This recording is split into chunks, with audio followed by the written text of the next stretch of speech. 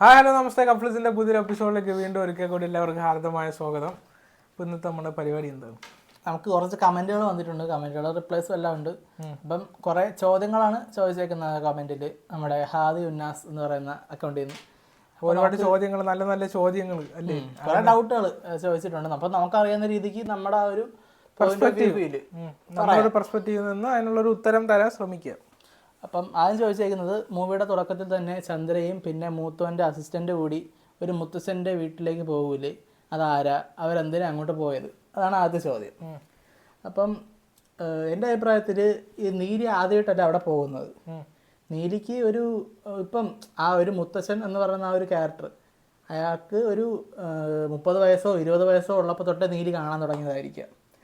അപ്പോഴെല്ലാം ഈ പുള്ളി സഹായിക്കുന്നുണ്ടാവും, അല്ലെ ഈ പുള്ളിയുടെ അച്ഛനോ അപ്പൂപ്പനോ ആരെങ്കിലും സഹായിച്ചിട്ടുണ്ടായിരിക്കാം. അതാണ് ഇങ്ങനെ പറയണത്.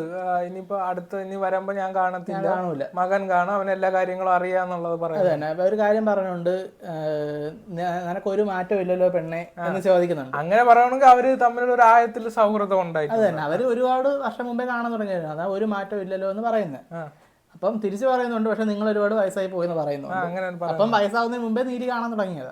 പിന്നെ അതുപോലെ ഒരുപാട് ഫേക്ക് ഐഡീസ് ഉണ്ടാക്കുന്ന ഒരാളാണ് നീലിക്ക് വേണ്ടി. നീലിയിൽ ഒരു ഐഡന്റിറ്റി, പുതിയ ഐഡന്റിറ്റീസ് ഉണ്ടാക്കുന്ന ഒരാളാണ്. പിന്നെ അത് മൂത്തോന്റെ കൂടെയൊക്കെ ഉള്ളവരാണെന്ന് ചോദിക്കുന്നുണ്ട്. മൂത്തോന്റെ കൂടെ ഉള്ളവരായിരിക്കും, കാരണം ആ പ്രകാശ് എന്ന് പറയുന്ന നിസാം സാറിന്റെ ക്യാരക്ടർ മൂത്തോന്റെ അടുത്ത ആളാണ്. അപ്പം ആ പുള്ളി നീലിയും കൊണ്ട് അങ്ങോട്ട് പോകണമെങ്കിൽ അത്രത്തോളം അടുത്ത ആൾക്കാരായിരിക്കണം. ചിലപ്പോൾ ഈ ഒരു ഫേക്ക് ഐഡന്റിറ്റി കാർഡും ഫേക്ക് ആധാർ കാർഡൊക്കെ ഉണ്ടാക്കി കൊടുക്കുന്ന ഒരു ജോബ്, ആ ഒരു സംഭവമായിരിക്കും അവരുടേത്. ഇനി അടുത്തത് പുള്ളിയുടെ മോനായിരിക്കും ചെയ്യുന്നത്. അതിനകത്ത് പറയുന്നുണ്ട്. തീർച്ചയായിട്ടും അത് പറയുന്നു. പിന്നെ അടുത്ത ചോദ്യം വെച്ചാൽ, ചന്ദ്രൻ എന്തിനാ ബാംഗ്ലൂർക്ക് വന്നത്, അവൾ എവിടെ നിന്നാ വന്നത്, അതൊന്നും മനസ്സിലായില്ല. അപ്പം ഇതിനകത്ത് പറയുന്നുണ്ട് സ്വീഡനിൽ നിന്നാണ് വന്നേക്കുന്നത്. ഇതിന് മുമ്പ് സ്വീഡനിലായിരുന്നു എന്ന് പറയുന്നത്. സ്വീഡനിലാണ് അവിടുത്തെ ഇവിടെ പുതിയ ഐഡന്റിറ്റി ഉണ്ടാക്കി ഇവിടെ വന്നു ബാംഗ്ലൂരിലേക്ക്. അത് തന്നെ.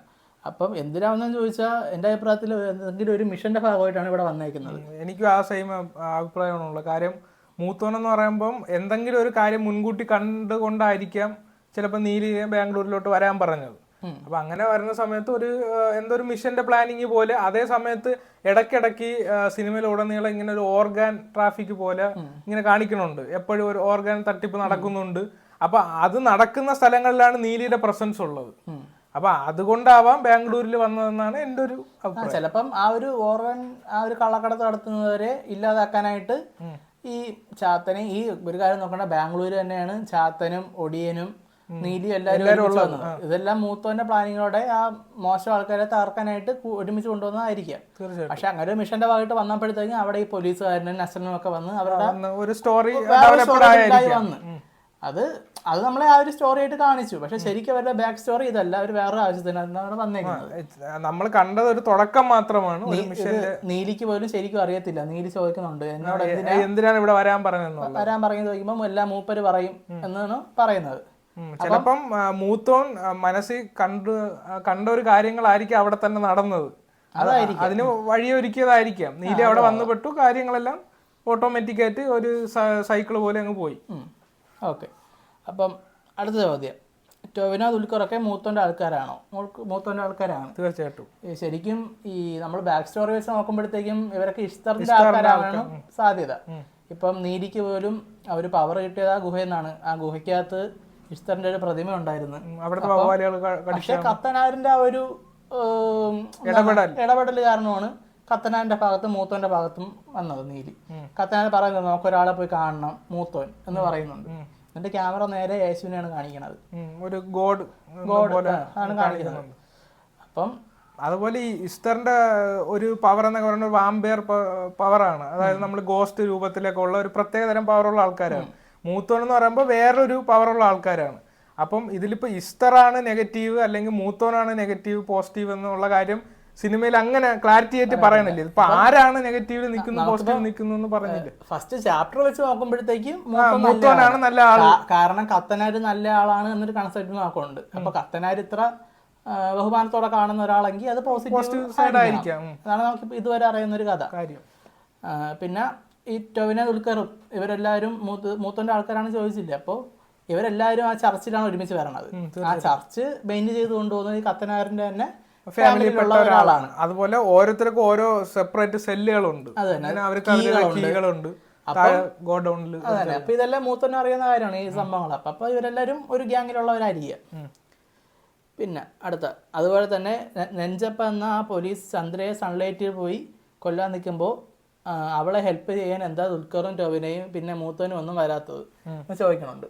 ശരിക്കും പറഞ്ഞാൽ ഈ ഏറ്റവും അവസാനം നമ്മൾ ദുൽഖറിന്റെ ഒരു ഇൻട്രൊഡക്ഷൻ കാണുന്നില്ലേ, ഈ വാളൊക്കെ അത് കുറച്ച് പാസ്റ്റിലുള്ള കാര്യമാണ്. എന്ന് വെച്ചാൽ ഈ ആ ഒരു ഫൈറ്റ് കഴിഞ്ഞിട്ട് ദുൽഖർ റെസ്റ്റ് എടുക്കുന്നു.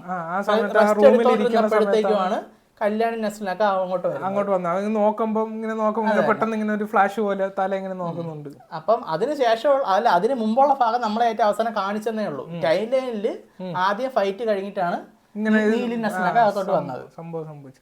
അതുപോലെ ടൊവിനോ ക്യാരക്ടർ, ചാത്തന്റെ ക്യാരക്ടർ പറഞ്ഞിട്ടുണ്ട്, എന്താണ് ജീവനുണ്ടെങ്കിൽ പിന്നെയും കാണാമെന്ന്. അതന്നെ അങ്ങനെ പറയുന്നുണ്ട്. ചത്തില്ലെങ്കിൽ വീണ്ടും കാണാമെന്ന് പോകുന്നത്. അപ്പം ഇവരെപ്പോ വേണമെങ്കിലും ചാവാം, തമ്മില് അങ്ങനത്തെ സംഭവം ഉണ്ട്. ചത്തില്ലെങ്കിൽ വീണ്ടും കാണാന്ന് പറയുമ്പം ഇവർക്ക് തന്നെ അറിയത്തില്ല ഇനിയിപ്പം ആപത്ത് വന്നാൽ രക്ഷിക്കാൻ പറ്റുമോ ഒന്നും അവർക്ക് അറിയത്തില്ല. എന്നിട്ട് അവർ അവിടെ നിന്ന് പോകുന്നുണ്ട്. ചാർലി എന്ന് വെച്ചാൽ ഒടിയൻ പോകുന്നുണ്ട്, ദുൽഖറും പോകുന്നുണ്ട്, നമ്മുടെ ചാത്തനും പോകുന്നുണ്ട്. അവിടെ പോയി കഴിഞ്ഞു. അത് കഴിഞ്ഞിട്ടാണ് അവിടെ നിന്ന് ഈ പോലീസുകാരൻ. വാമ്പയേഴ്സിന് എല്ലാവർക്കും അവരുടേതായ ഒരു നെഗറ്റീവ് ഇതുണ്ട്, ഒരു ശക്തിയുടെ ഇത് കുറയണ ഒരു സമയമുണ്ടല്ലോ. അതുപോലെ ഇപ്പൊ ചന്ദ്രനെ നോക്കുകയാണെങ്കിൽ ഹാർട്ടില് അതാണ് വീക്ക് പോയിന്റ് എന്ന് പറയുന്നത്. അപ്പൊ അതുപോലെ ഈ ചാത്തനും അതുപോലെ ഒടിയനൊക്കെ ഒരു വീക്ക് പോയിന്റ് കാണാം. ഇതൊക്കെ അറിയാന്നുള്ളത് മൂത്തോന് മാത്രമായിരിക്കും. ചിലപ്പോൾ വേറെ ഏതെങ്കിലും ഇസ്താറിന്റെ ഫാമിലിയിൽപ്പെട്ട ആൾക്കാർക്ക് മാത്രമായിരിക്കും ഇതൊക്കെ അറിയുന്നത്. അപ്പൊ അതുകൊണ്ടായിരിക്കും അവര് പറഞ്ഞത് ഇങ്ങനെ ഇതാവാം എന്നുള്ള ക്യാരക്ടേഴ്സ് ഒക്കെ. അടുത്ത ചോദ്യം വെച്ചാൽ സൗബിൻ ആൻഡ് അവന്റെ കൂടെ കാണിക്കുന്ന ആൾക്കാരൊക്കെ ആരാ എന്ന് ചോദിക്കുന്നുണ്ട്. അപ്പോൾ അതിനകത്ത് ഒരു റിപ്ലൈ വന്നിട്ടുണ്ട്, സരയു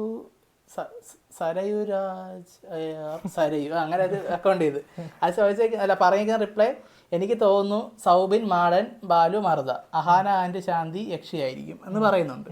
അപ്പം നമ്മളും ഉദ്ദേശിക്കുന്ന ആ ഒരു രീതിക്ക് തന്നെയാണ്. ഇപ്പോൾ ചാത്തനെയും ഒടിയനും മാത്രം നമ്മൾ കണ്ടുള്ളൂ. അതുപോലെ മാടൻ, മറുത, ആറുംകൊല അങ്ങനത്തെ കുറേ സംഭവങ്ങളുണ്ട്. അതിനകത്ത് പെട്ട ആരെങ്കിലും ഒക്കെ ആയിരിക്കും ഇവര്. അത് മാത്രമല്ല അവര് വല്ല വില്ലന്മാരും ആയിരിക്കും, കൂടെ ഉള്ളവരൊക്കെ ആയിരിക്കാം.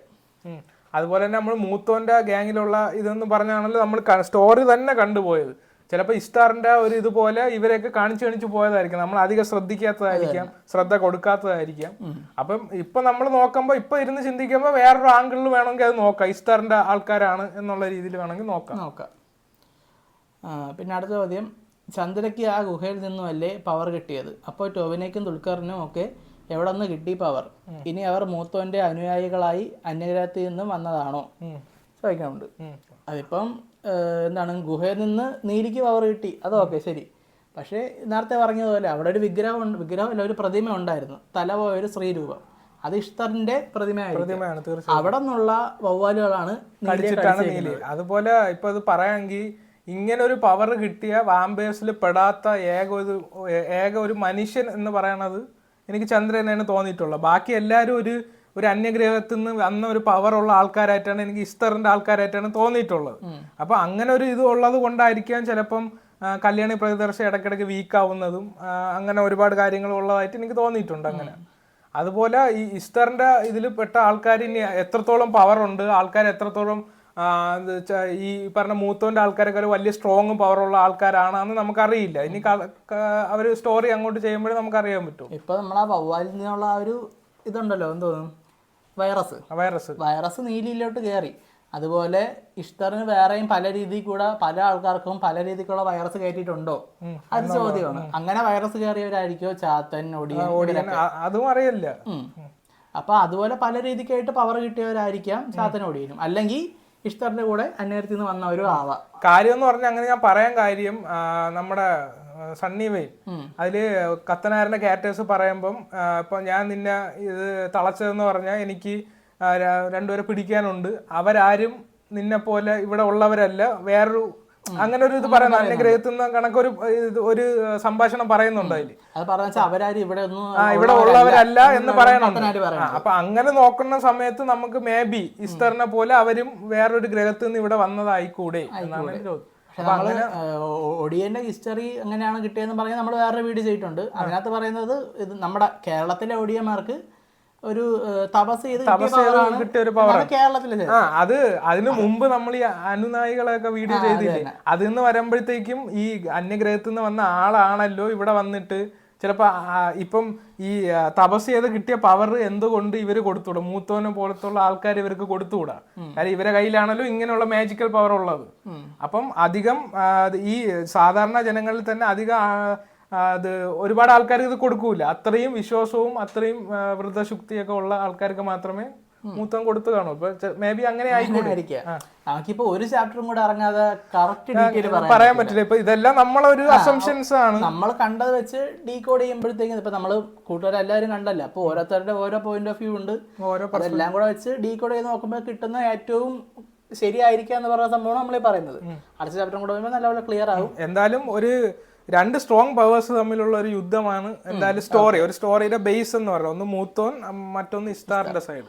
അപ്പൊ അതെന്തായാലും മനസ്സിൽ വെച്ചുകൊണ്ട് എല്ലാ പെർസ്പെക്റ്റീവും ചിന്തിക്കാം. നമുക്ക് കുറെ കാര്യങ്ങൾ ക്ലാരിറ്റി ഉണ്ട്. ബാക്കി സ്റ്റോറീസും ബാക്കി സീരീസ് ഒക്കെ വരുമ്പോഴേ നമുക്ക് പറയാൻ പറ്റുള്ളൂ അല്ലേ. ചിലത് മൂത്തോനിൽ നിന്ന് കിട്ടിയ പവർ ആവാം, ഇഷ്തറിൽ നിന്ന് കിട്ടിയ പവറും ആവാം. അപ്പം സത്യം പറഞ്ഞാൽ നീലി കിട്ടിയ ഇഷ്തറിന്റെ കിട്ടിയ പവറാണ്. ഓക്കെ. അപ്പം അടുത്ത ഒരു ചോദ്യം, ചന്ദ്രയുടെ ഫ്ലാഷ് ബാക്ക് സീൻ കാണിക്കുന്ന സമയത്ത് എവിടത്തെ രാജാവിനെ വീണ്ടും പ്രസന്റ് ടൈമിൽ കാണിക്കുന്നുണ്ടല്ലോ, അപ്പോൾ അവൻ വല്ല പവറും ഉണ്ടോ എന്ന് ചോദിക്കുന്നുണ്ട്. അപ്പം അങ്ങനെ ചോദിച്ചാൽ ആ ഒരു രാജാവ് വരുമ്പോഴത്തേക്കും എന്തുവാണ് പറയുന്ന ഡയലോഗ് ഉണ്ട്, നമ്മുടെ വെടി വെക്കുമ്പോഴത്തേക്കും ഹാർട്ടേ കൊള്ളിക്കണം, അല്ലെങ്കിൽ തലയുടെ ബാക്കിൽ അങ്ങനെ ഒരു ഡയലോഗ് പറയുന്നുണ്ട്. ചിലപ്പം ആ പുള്ളിക്ക് അറിയാതിരിക്കാം നീലിയുടെ വീക്ക്നെസ് ഹാർട്ടാണ്. തീർച്ചയായിട്ടും ഉറപ്പായിട്ട് അറിയാതിരിക്കാം. കാര്യം എന്ന് പറഞ്ഞാൽ ഇപ്പൊ നമ്മൾ ഉറുമി സിനിമയിലൊക്കെ പോലെ നമ്മൾ ഈ പ്രസന്റ് കാലഘട്ടം ഉണ്ടല്ലോ, അത് ഈ പാസ്റ്റിൽ നടന്ന അതേ കാര്യങ്ങൾ പ്രസന്റ് കാലഘട്ടത്തിൽ റിപ്പീറ്റ് ചെയ്യുമല്ലോ, റിപ്പീറ്റ് ചെയ്ത് വരുമല്ലോ. അപ്പൊ അങ്ങനത്തെ ഒരു കാര്യങ്ങളായിരിക്കും ഇവിടെ വന്നത്. ചിലപ്പം ഇപ്പൊ നമ്മൾ നോക്കുമ്പോൾ ആ പണ്ടുണ്ടായിരുന്ന രാജാവിന്റെ കയ്യിൽ ഇപ്പം വേറൊരു പവറുണ്ട്, ഈ ഒരു ജനറേഷനിൽ വേറൊരു പവറുണ്ട്. അപ്പം അന്നത്തെ നീലിയും ആൾക്കാരും മൂത്തോനും എല്ലാം ഇപ്പോഴും പ്രസന്റിലുണ്ട്. അപ്പൊ ഇവർ തമ്മിലുള്ള ഒരു കോൺഫ്ലിക്റ്റ് ഇപ്പോഴും പ്രസന്റ് ഡേയിൽ നടക്കുന്നുണ്ടെന്നുള്ള ഒരു ഇതാണ് എനിക്ക് അത് കണ്ടപ്പോൾ മനസ്സിലായത്. നമുക്ക് ഈ വിജയരാഘവന്റെ ക്യാരക്ടറിനെ പറ്റി ശരിക്കും പറഞ്ഞിട്ടില്ല.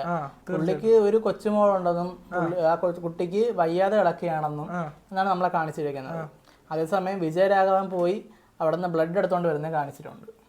വിജയരാഘവന് അറിയാം ആ ബ്ലഡ് ഇമോർട്ടൽ ആയിട്ട് തീർച്ചയായിട്ടും അറിയാം. അതുപോലെ മറ്റേ തുടക്കത്തിൽ മറ്റേ ഒരു ചോദ്യം ചോദിച്ചല്ലോ, മറ്റേ ചന്ദ്ര കയറി പോണ ആള് എന്താണ് ഫേക്ക് ഇതൊക്കെ ഐഡീസ് ഒക്കെ ഉണ്ടാക്കുന്ന ആളുണ്ടല്ലോ, അയാൾ ഒരു ബുക്ക് ചന്ദ്രയ്ക്ക് കൊടുക്കുന്നുണ്ട്. അത് വിജയരാഘവൻ എഴുതിയ ബുക്കാണ്. അപ്പൊ അത് കയ്യിൽ വെച്ചിട്ട് കയ്യിൽ വെച്ചിട്ട് പറയുന്നുണ്ട്, നിനക്കിത് ഉപകാരപ്പെടും, വായിച്ചു നോക്കണോന്ന് പറയുന്നുണ്ട്. അപ്പം അങ്ങനെ ഒരു എന്താണ് ഒരു പെന്നൈം മാത്രമേ പറയാനുള്ളെന്ന് പറയും. അപ്പോൾ ആ ബുക്ക് എഴുതിയത് വിജയരാഘവനാണ്. അപ്പോൾ ഉറപ്പായിട്ട് വിജയരാഘവന് ഇവരെല്ലാം പാസ്റ്റ് കാര്യങ്ങൾ അറിയാം. ആ വിജയരാഘവൻ പാസ്റ്റിൽ ആരായിരുന്നത് നമുക്ക് അറിഞ്ഞുകൂടാ. ഇപ്പൊ എനിക്ക് വെച്ചാൽ വിജയരാഘവനും ഈ പറഞ്ഞ കിങ് ആയിട്ട് വരുന്ന ആ എന്ന് വെച്ചാൽ പണ്ടത്തെ കിങ് ഇപ്പൊ വീണ്ടും പ്രസന്റ് കാലത്ത് വീണ്ടും വന്ന ആളുമായിട്ട് ഒരു കണക്ഷൻ ഉണ്ടായിരിക്കും. തീർച്ചയായിട്ടും. മേ ബി മോനായിരിക്കാം, ആ മോന്റെ മോളായിരിക്കാം ചിലപ്പോൾ വയ്യാതെ കിടക്കുന്നത്. അങ്ങനെ ആവാൻ സാധ്യത ഉണ്ട്. അല്ലാതെ ഹാർട്ടിൽ തന്നെ വെടിവെക്കണം എന്ന് പറയേണ്ട കാര്യമില്ലെന്നാണ് എനിക്ക് തോന്നുന്നത്. വീക്ക്നെസ് മനസ്സിലാക്കിയ ഒരാള്. ഇപ്പൊ നമ്മൾ ഉറുമി സിനിമ കണ്ടിട്ടില്ലേ, അതിനകത്ത് നേരത്തെ ഞാൻ പറഞ്ഞു സെയിം കാര്യങ്ങൾ തന്നെ വീണ്ടും പ്രസന്റില് റിപ്പീറ്റ് ആയി വരുന്നുണ്ട്. അതേ ക്യാരക്ടേഴ്സ്. ഉറുമിയില് ജഗതി കിങ് അല്ല, കിങ്ങിന്റെ കൂടെ ഒരു മന്ത്രി പോലത്തെ ആളാണ്. അതേസമയം പ്രസന്റില് വന്നപ്പോഴത്തേക്കും ജഗതി ശ്രീകുമാർ ഒരു മന്ത്രിയാണ്. അത് തന്നെ, ആ ഒരു പവർ കയ്യിലുണ്ട്. അങ്ങനത്തെ ഒരു ക്യാരക്ടേഴ്സ് അവർ റിപ്പീറ്റ് ചെയ്ത് വരുന്നുണ്ട്. അപ്പൊ അതൊക്കെയാണ് കാര്യം. അതുപോലെ നിങ്ങൾ ഇപ്പൊ ഏതൊരു കാര്യം വന്നാലും ഈ മൂത്തോൻ ഇസ്തർ എന്നീ രണ്ട് പവറിനെ വെച്ച് നിങ്ങൾ കണക്ട് ചെയ്ത് നോക്കുമ്പോൾ നിങ്ങൾ ഒരുപാട് സംശയങ്ങൾ ഇങ്ങനെ മനസ്സിൽ വരും, ഒരുപാട് കാര്യങ്ങൾ. അപ്പൊ അത് ബാക്കിയുള്ള ഈ ലോക അത് പാർട്ടിൽ വരുന്ന ബാക്കി സീരീസ് ഒക്കെ ഇറങ്ങിയാലേ നമുക്കത് പറയാൻ പറ്റും എന്താണ് ഒറിജിനൽ കാര്യം എന്നുള്ളത്. മേ ബി എനിക്ക് തോന്നുന്നത് ഈ പറഞ്ഞ വിജയരാഘവന്റെ ഒക്കെ ഫാമിലി ഇസ്താറിലൊക്കെ പെട്ടതായിരിക്കാം. കാര്യം ഇസ്താറിനാണ് ഒരു രാജകീയം പവറൊക്കെ ഉള്ള ആൾക്കാരെന്ന് പറയുന്നത്. ഇസ്താറിന്റെ ഫാമിലി എന്നല്ല, ഇസ്താർ ഉണ്ടാക്കിയ കുറെ ആൾക്കാരുടെ ഫാമിലിയിലുള്ള പെട്ട ആൾക്കാരായിരിക്കാം. അവരാണല്ലോ ഇങ്ങനെ കുറച്ച് പവറുള്ള അധികാര മോഹികളും എല്ലാം അവരായിരിക്കാം. അപ്പൊ അങ്ങനെ ഒരു കൺസെപ്റ്റാണ് എനിക്ക് അതിൽ തോന്നുന്നത്. അപ്പൊ അതൊക്കെയാണ് അല്ലേ. അപ്പൊ ഇത്രയാണ് ചോദ്യങ്ങള്. നമ്മുടെ പോയിന്റ് ഓഫ് വ്യൂ ഉള്ള ഉത്തരങ്ങൾ പറഞ്ഞിട്ടുണ്ട്. ഇനിയും ഇതിന് കമന്റുകൾ പറയണം, നമുക്ക് വീണ്ടും നോക്കാം. അത് തന്നെ. അപ്പോൾ എന്തായാലും ലോക സീരീസ് നമ്മളെ ചോദ്യങ്ങൾ നമ്മളൊരു പെർസ്പെക്റ്റീവ് നമ്മൾ അസംഷൻ വെച്ചുകൊണ്ടുള്ള ഉത്തരങ്ങളാണ് നിങ്ങൾക്ക് തന്നത്. ഇഷ്ടപ്പെട്ടെന്ന് വിശ്വസിക്കുന്നു അല്ലേ. അപ്പോൾ പുതിയ ഇതുപോലെ കമന്റുകളൊക്കെ ഇടും. നമ്മൾ ഉത്തരങ്ങളുമായി പുതിയ വീഡിയോയുമായി ഞങ്ങൾ ഉടനെ വരാൻ. Line cut.